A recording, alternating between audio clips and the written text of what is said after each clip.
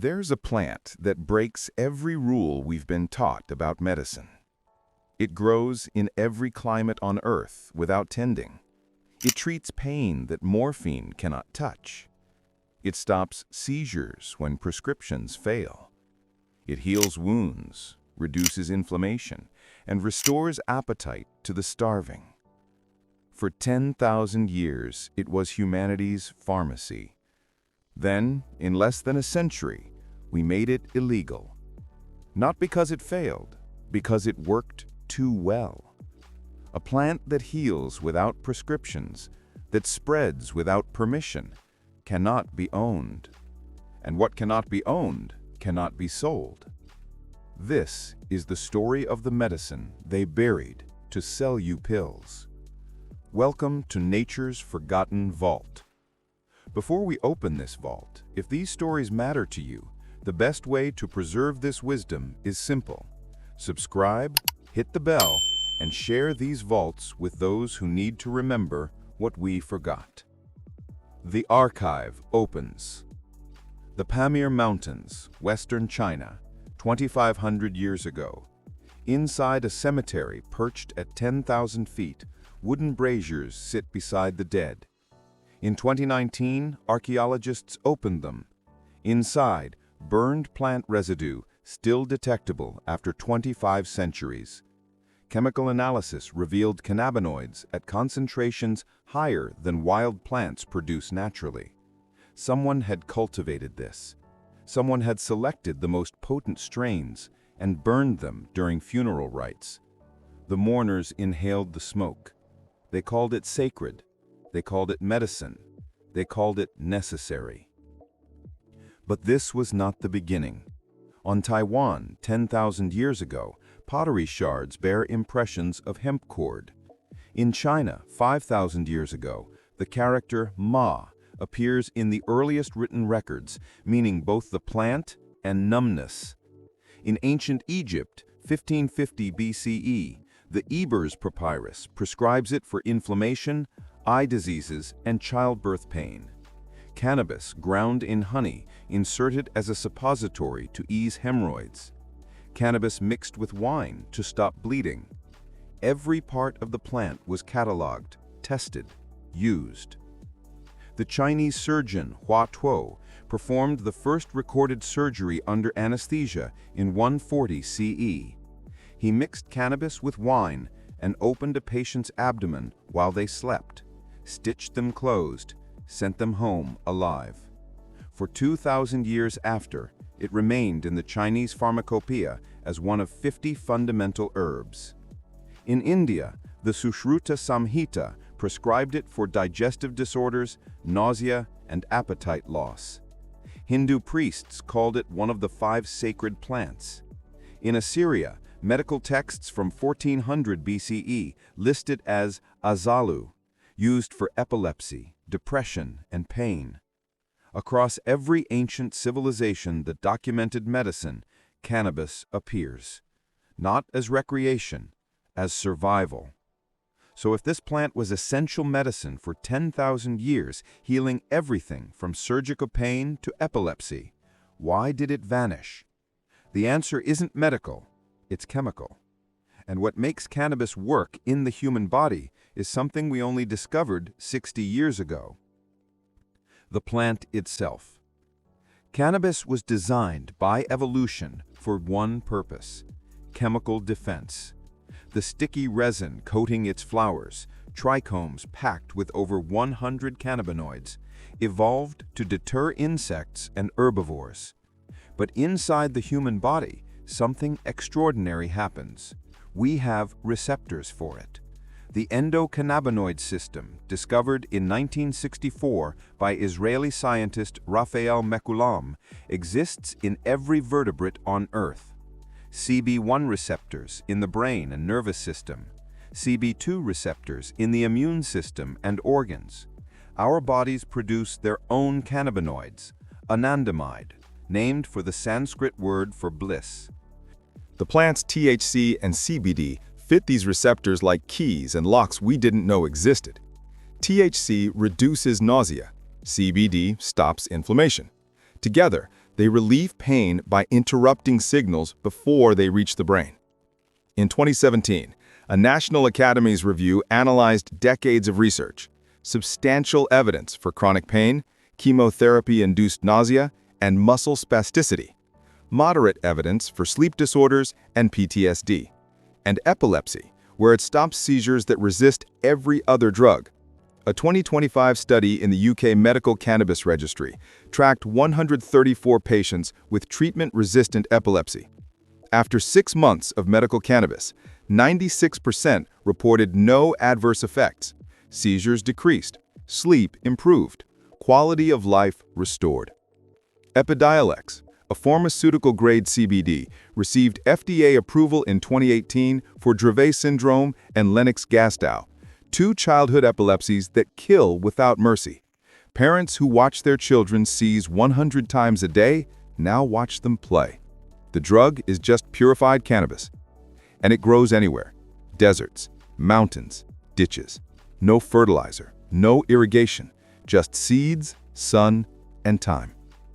A plant this powerful, this easy to grow, this effective at treating pain, you'd think every nation would cultivate it.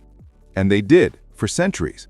It was the most strategically important crop in the Western world. America was built on it, literally. The Golden Age. Colonial America, 1619. The Virginia House of Burgesses passes a law. Every farmer must grow hemp. Not a suggestion, a requirement. The Crown needed rope for the Royal Navy. Hemp fibers, stronger than flax, waterproof, durable. A single warship carried 60 tons of it in rigging and sails. Without hemp, there was no navy. Without a navy, there was no empire. George Washington grew it at Mount Vernon.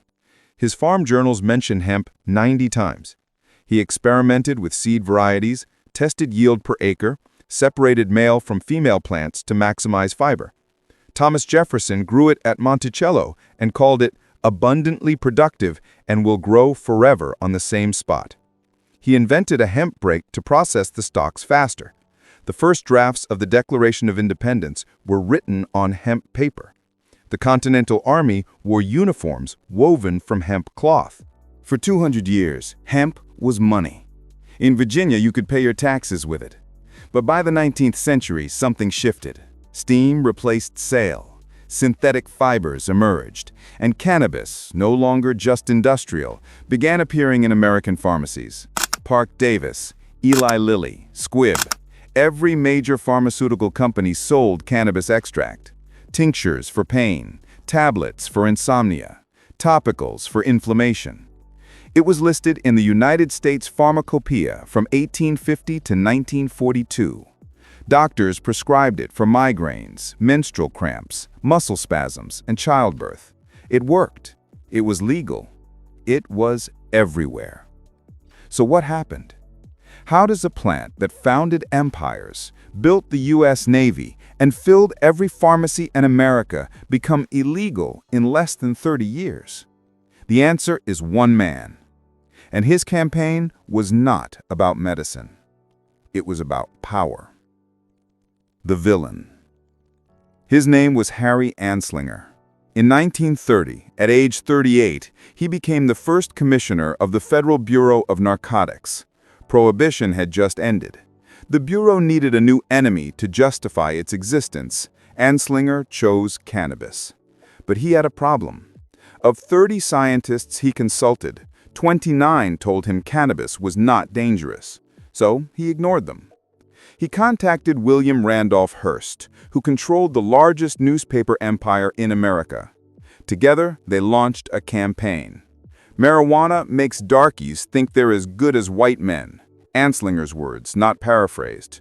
There are 100,000 total marijuana smokers in the U.S., and most are Negroes, Hispanics, and entertainers. Their satanic music, jazz, and swing result from marijuana use. He claimed it caused violence, insanity, murder. He compiled 200 case files of violent crimes he attributed to cannabis. Researchers later proved 198 of them had no connection to the drug. The other 2 had no records to verify. In 1937, Hearst newspapers published, "Marijuana is a shortcut to the insane asylum." Another headline, "Evil Mexican plants drive you insane."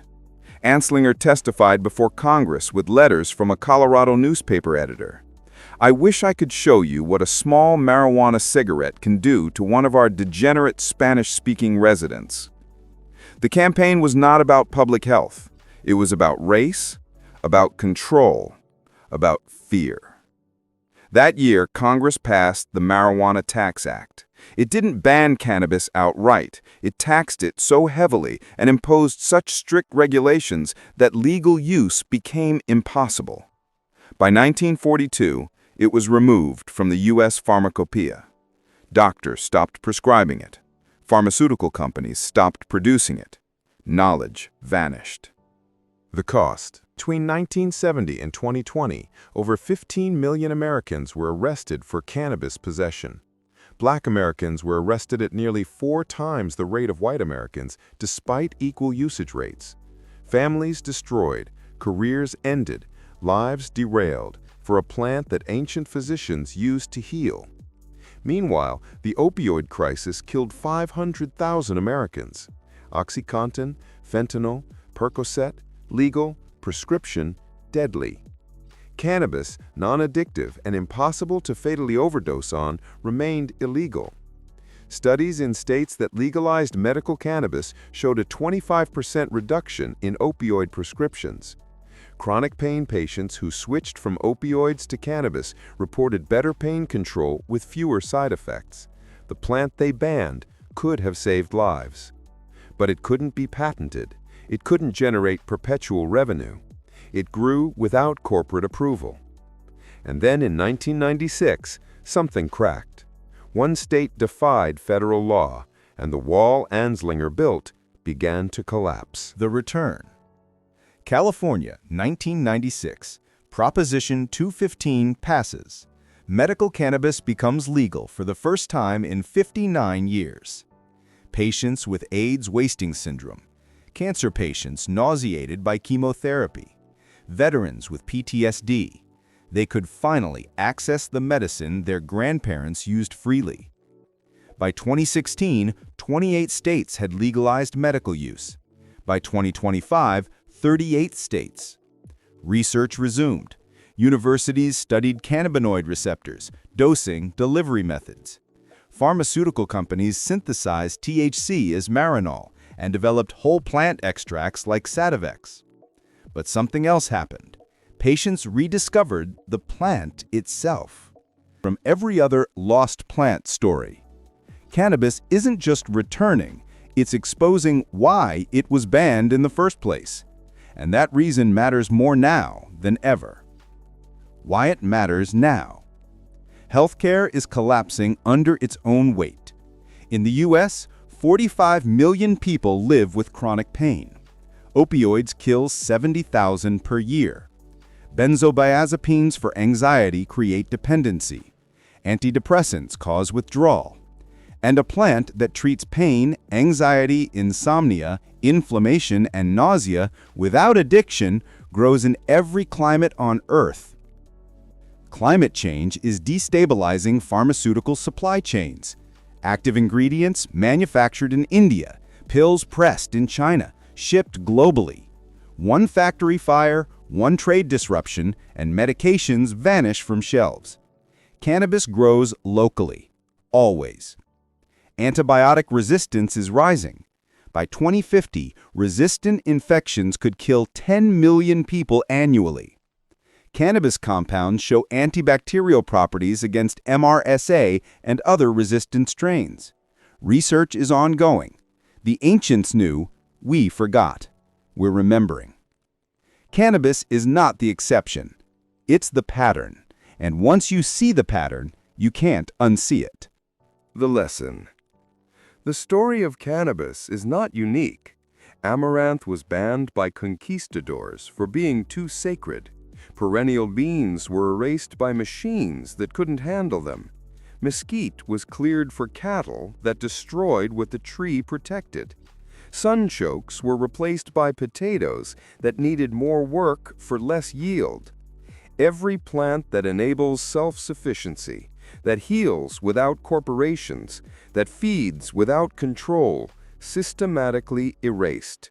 Not because they failed, because they succeeded without chains. Cannabis survived because you cannot kill it. Cut it down, it regrows. Spray it, it adapts. Ban it, and people keep seeds hidden in jars, waiting. Anslinger held office for 32 years. Cannabis outlasted him. Nixon declared war on it. Cannabis outlasted him, too. The plant they spent a century trying to erase is now a $33 billion industry. 38 states allow medical use. Millions of patients use it daily. And every year, more research proves what ancient physicians knew. It works. The cure they banned is still here, growing in fields, waiting in dispensaries, documented in 10,000 years of medical texts. All it asks is that we look past the propaganda and see what was always there. Medicine growing in the dirt, free.